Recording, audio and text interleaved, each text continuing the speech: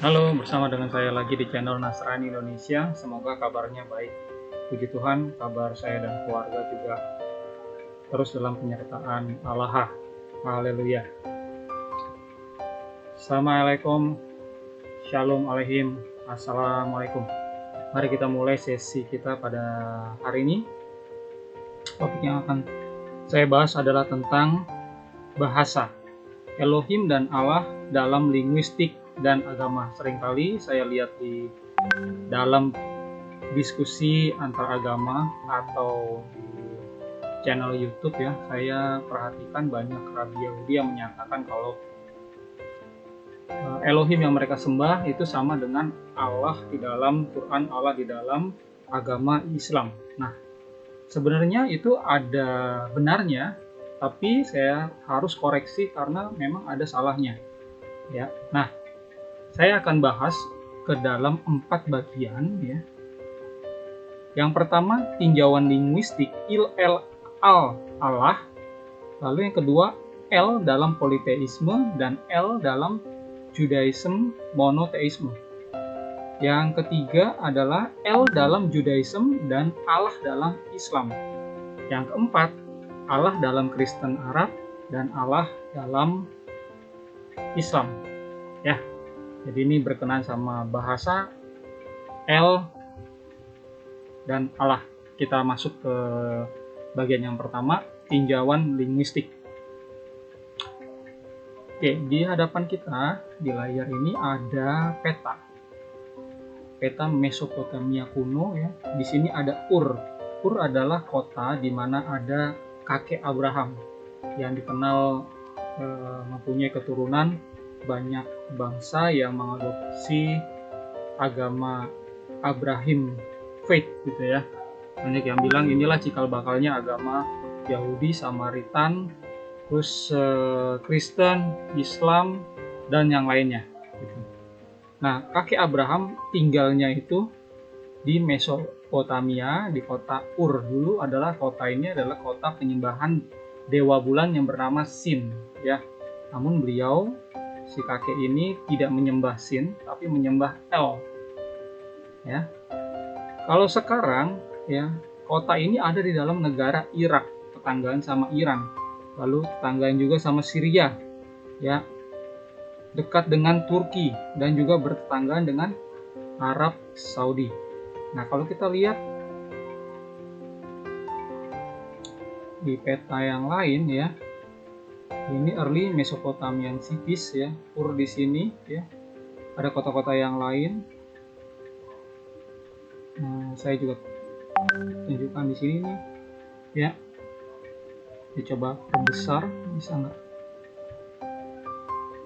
Oke, ternyata masih kecil ya. Nah, intinya di sini ada kota Ur itu, di sini Saudi Arabia sekarang, Iran, Irak ya. Lalu Kanaan itu sebenarnya di daerah sini ya. Sebagian tanah Kanaan itu diakuisisi sama orang Israel pada saat orang Israel itu keluar dari Mesir, lalu berperang dan akhirnya menempati tanah Kanaan. Jadi di sini adalah kota-kota Mesir, termasuk Yerusalem di sini. Oke. Nah, di zaman itu penyembahan terhadap dewa-dewa atau politeis adalah hal yang terjadi di zaman Abraham. Abraham termasuk sosok yang unik karena dia tidak memilih untuk menyembah seperti kakek neneknya yang menyembah banyak dewa, tapi memilih untuk menyembah satu dewa saja. Nah, saya akan tunjukkan list dewa-dewa yang ada di Sumeria dulu itu seperti apa. Saya ambil dari Wikipedia saja. Ini sumber-sumbernya cukup lengkap dan akurat saya perhatikan ya. Di Sumeria itu ada 3 dewa besar. Yang pertama adalah dewa An, dewa Enlil, dan dewa Enki. Ya, dewa An ini kemudian disebut Anu atau Illu. Ya, Illu atau Il sebenarnya ya. Ini adalah dewa kepala dewa yang lain. Ya, atau disebut Supreme God. Ya. Dia adalah dewa langit ya. Oke, jadi an ini ada hubungannya sama ilu atau il ya. Saya ambil dari referensi yang lain, Britannica.com, Encyclopedia Britannica. Di sini dijelaskan ya, most of what is known about Canaanite religion is derived from a series of tablets discovered at Ras Shamra. Ya, jadi ada agama kuno dari Kanaan. Terus dijelaskan di sini, the principal god was El. Jadi sesembahan yang paling tinggi itu disebut El ya, but jurisdiction over rainfall and fertility was delegated to Baal. Nah, dewa kesuburannya itu disebut Baal. Jadi Baal punya atasan namanya El. Oke, saya ambil lagi referensi yang lain dari mitologi.net. Kalau rekan-rekan mau tahu wujud dari dewa El itu seperti apa, arkeolog itu menemukan ya seperti ini. Jadi ada patung duduk. Ya.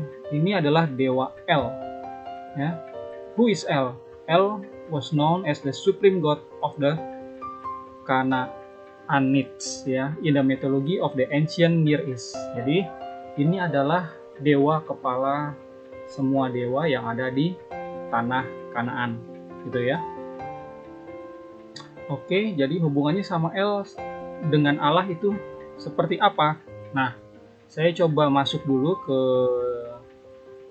suatu jurnal bagus di sini, judulnya The God of the Patriarchs and the Ugaritic Texts, A Shared Religion and Culture Identity. Ini saya ambil dari scholararchive.bu.edu. Ya, ditulis tahun 2010 oleh Jet Robinson. Dari ya, ini bagus ya kalau ambil artikel seperti ini, karena memang artikel ilmiah dia tidak memihak satu agama pun ya.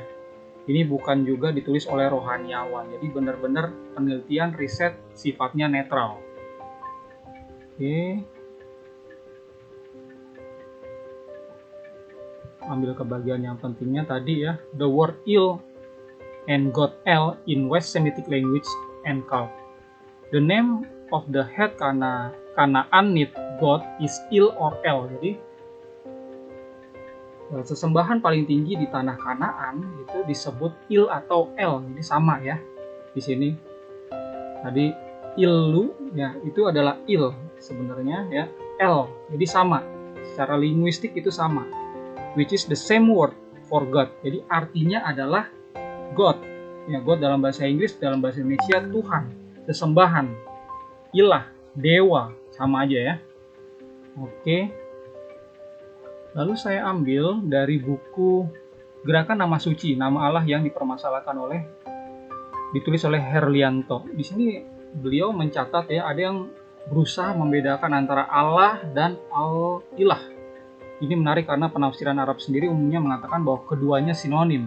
Jadi membedakan seakan-akan Allah adalah nama diri, proper name, dan Al-Ilah sebagai kata benda umum merupakan perkembangan baru yang tidak didukung secara umum.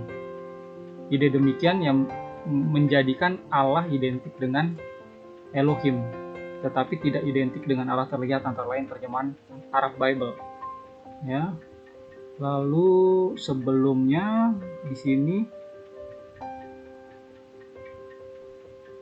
dicatat kita dapat menarik kesimpulan bahwa seluruh umat Kristen di Timur Tengah tidak memiliki sebutan lain untuk menyebut nama ilahi selain kata Allah. Oleh karena itu, adanya kecenderungan untuk membuktikan bahwa Elohim yang disembah orang Yahudi tidak sama dengan Allah bertentangan dengan fakta umat Yahudi sendiri yang tinggal di negara-negara Arab dari dulu sampai sekarang tanpa keberatan apapun menerjemahkan kata Elohim menjadi Allah. Jadi secara linguistik, Allah itu memang sejajar dengan Elohim ya, dari sumber ini. Lalu sumber yang lain saya ambil dari Islam dan Kiri, respon elit politik Islam terhadap isu kebangkitan komunis oleh Ahmad Suhelmi. Beliau juga mencatat ya, ada hubungan antara Allah dan Elohim, transliterasi bahasa Indonesia dan dari istilah Arab Al-Ilah dan istilah Ibrani Elohim telah memasukkan penandaan-penandaan vokal ini. Jika kita harus menghilangkan transliterasi Indonesia, berupa penandaan-penandaan vokal ini, maka istilah Arab tersebut menjadi Allah, dan istilah Ibrani di atas menjadi Elohim. Jika kita harus menghilangkan bentuk jamak yang hanya ditemukan dalam bahasa Ibrani, maka istilah Arabnya tetap Allah, sementara istilah Ibraninya menjadi El. Ya. Akhirnya kita harus melakukan transliterasi atas seluruh alif dalam bahasa Arab sebagai A dan seluruh alif dalam bahasa Ibrani sebagai A juga. Maka istilah Arabnya menjadi al dan istilah Ibraninya pun menjadi al. Nah, dengan demikian kesimpulannya adalah ini Allah dan Elohim itu sebenarnya secara linguistik sama. Ada lagi nggak saya ambil di sini? Oh ya, dari buku Abrahamic Faiths ya. Allah adalah penyingkatan dari Al-Ilah yang berarti Sang Tuhan, dan setidaknya secara implisit Tuhan yang esa. Lebih jauh lagi, bahasa Arab dan Ibrani adalah bahasa yang bersaudara dalam rumpun bahasa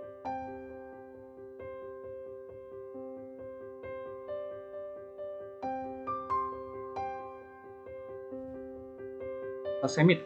Istilah bahasa Arab Al-Ilah secara linguistik dapat dibandingkan dengan kosakata Ibrani Elohim dan Elohim.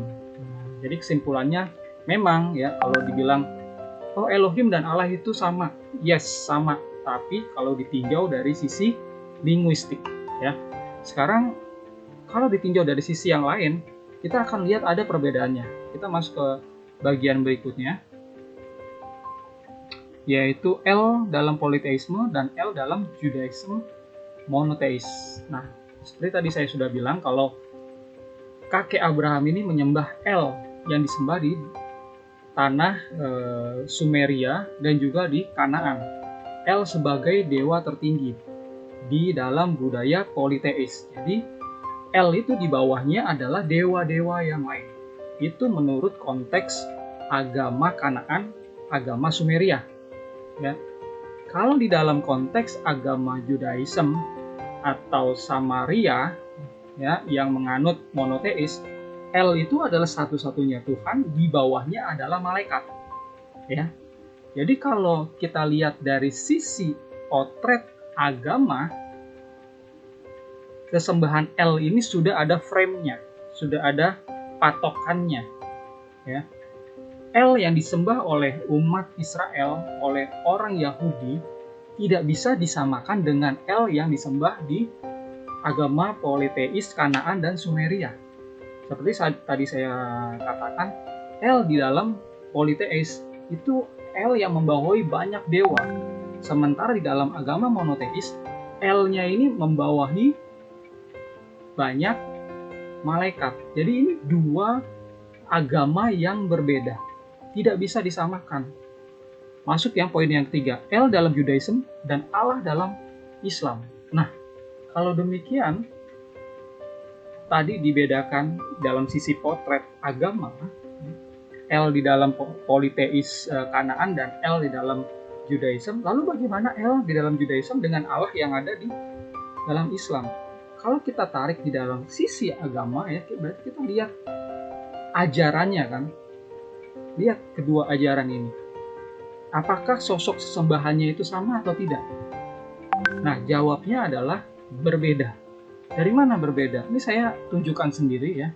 Seperti apa ajaran Judaism. Perhatikan. Kalau kita belajar Judaism, itu ada sisi mistiknya ya, yang diajarkan di dalam komunitas Kabbalah ya, yang mempelajari kitab Zohar. Jadi selain kitab Tanakh ya, selain kitab Talmud, mereka juga mempelajari namanya kitab Zohar ya, sebagai kitab mistik. Dan dari sinilah muncul ya pengajaran tentang siapa itu El, siapa itu sesembahan mereka dari sisi mistik yang lebih detail gitu. Nah, di sini dijelaskan kalau Elohim ya, itu punya sisi bapa dan punya sisi ibu ternyata ya. Di sini dijelaskan. Ya, Bina is also called Marah, Mary, the great sea, and the mother of all living. Jadi ada aspek namanya Binah ya.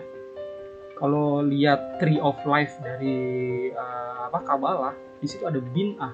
Binah itu adalah mother of all living, ya, bunda dari semua yang hidup. Binah is the container or archetypal womb, ya, which manifests all life. Therefore, Binah is the source of all mother type of information. It has been said that the father knows all and the mother understands all. Jadi ada sisi bapa, ada sisi ibu di dalam ketuhanan dari Judaism ini. Kita lihat dari ini saya ambil dari buku Dynamic Kabbalah, Your Cosmic Connection, ya, oleh Gary Hansen. Lalu ada lagi dari buku The Kabbalah Unveiled oleh S.L. McGregor Mothers, ya.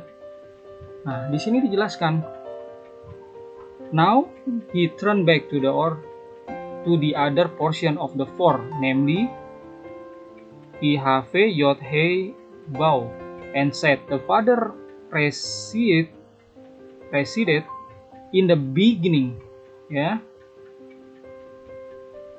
Oke, terus the Mother in the middle for the letter H, he, ya, which is the symbol of the unformed understanding, the supernal mother. Jadi ada sisi Bapak, ada sisi ibu lagi di sini dijelaskan, ya. Sekali lagi, ini adalah ajaran Judaism.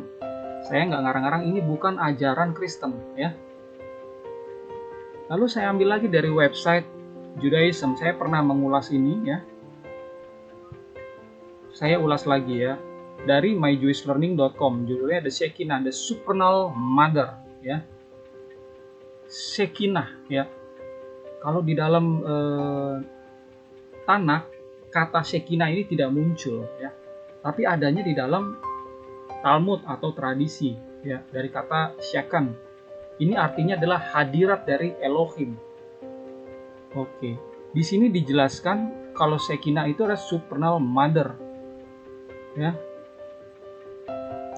Rather, the Israelites knew that the Shekinah, the preeminent feminine aspect of God, dwell alongside them in Egypt. Jadi Shekinah itu seperti aspek wanita dari Elohim. Makanya tadi di ajaran Kabbalah dijelaskan kalau ini, ya, ada hubungannya sama aspek yang disebut sebagai Elohim Mother, ya. Ada hubungannya sama Binah, gitu, ya. Nah, ini saya udah jelaskan nih. L di dalam Judaism itu ada father, ada mother, gitu, ya. Apakah itu sama di dalam Allah di dalam literatur Islam? Saya banyak bertanya sama teman-teman Muslim, ya, yang menyamakan kalau Allah mereka adalah Elohim yang disembah oleh bangsa Israel, oleh orang Yahudi. Sekarang saya tanya, boro-boro mengenai aspek feminim Elohim Bunda, saya tanya, kalau kamu berdoa, mau nggak kamu berdoa kalau kamu menyebut Allah itu sebagai Bapa? Mau nggak? Tidak bisa, ya, karena itu ajarannya di dalam ajaran Islam, ya. Kata Allah itu udah ada patokannya, udah ada frame-nya, tidak bisa disebut dengan Bapa. Ya, umat Islam pergi ke tanah Arab untuk naik haji, jauh-jauh ke sana habiskan ongkos banyak, datang hanya disebut sebagai tamu Allah, bukan anak Allah. Jadi mereka tidak mengenal istilah anak Allah, gitu, ya. Enggak, gitu. Jadi ini berbeda, ya. Sekali lagi, boro-boro mereka menyebut aspek feminin dari Allah, nggak ada aspek feminin itu, ya. Allah Bapa juga itu sudah berbeda, ya. Jadi kalau disamakan, apanya yang sama, ya, saya juga agak bingung, ya. Di dalam ajaran Judaism yang namanya bahasa suci adalah bahasa Ibrani, ya. Di dalam Islam bahasa suci mereka adalah bahasa Arab. Ya, memang serumpun, tapi, ya, coba kita lihat nama-nama Tuhan yang ada di dalam bahasa Ibrani itu tidak ada namanya Allah, tidak ada satupun. Ini sebutan dari El Yahweh itu banyak, ya, tapi tidak ada sebutannya Allah. Tapi sehari-hari memang, ya, Ya, Yahudi di Arab memang menyebut Allah juga, tapi tetap ya kalau kita lihat dari konteks ajaran ya sebagai bahasa suci mereka ya, itu tidak ada sebutan Allah. Begitu juga di dalam literatur Islam ya. Dalam ajaran Islam, Allah itu punya 99 nama dan tidak ada satupun di situ disebut El Yahweh, itu tidak ada.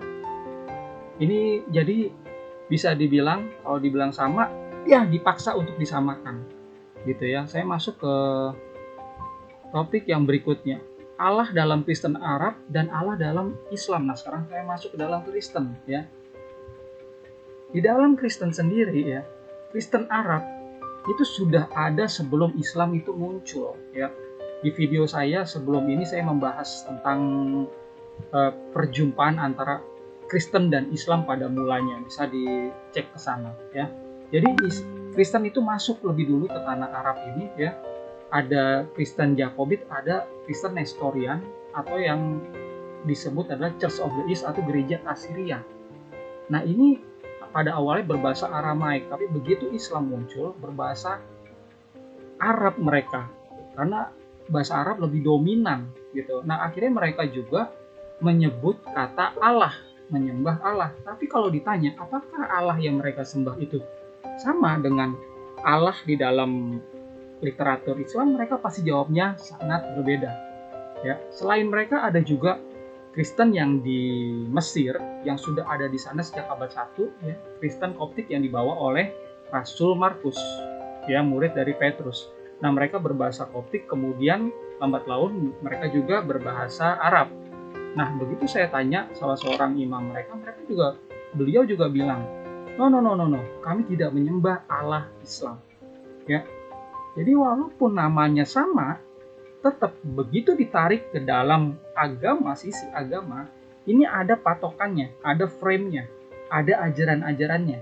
Oleh karena itu Allah, walaupun ucapannya sama ya, di dalam Kristen dan di dalam Islam juga berbeda. Bagaimana dengan El di dalam Kristen dan di dalam Judaism?